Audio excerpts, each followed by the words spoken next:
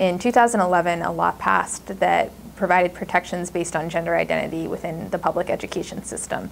As a result of that law, we've been really successful in working with the Department of Elementary and Secondary Education and with school districts across the state to make sure that transgender students have access to the tools and the resources and the spaces they need to reach their full potential as students. Advocates like Mason Dunn of the Massachusetts Transgender Political Coalition are working to make House Bill 1577 a reality that extends beyond public schools and into public spaces.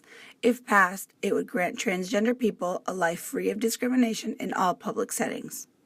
Currently in Massachusetts public schools, it is legal for a trans person to have access to the restroom or locker room or other sex-segregated spaces that correspond with their gender identity.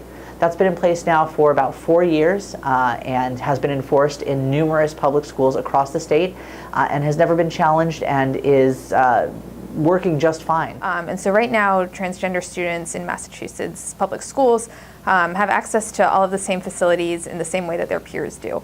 When they leave school at the end of the day, when the school bell rings, they don't stop being transgender, but the rights that they have change.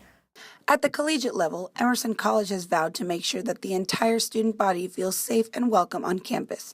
Takesha Morgan, Director of Multicultural Student Affairs and GLBTQ Resources, explains how easy it was to make the change in bathroom labeling at Emerson. We want to make sure that everyone feels included and inclusive here at Emerson, so it wasn't even a question when it was brought to my attention that some of them were labeled as gender neutral and some were not. I don't think there needs to be any other reasoning. It's we want to make sure our campus feels inclusive of everyone.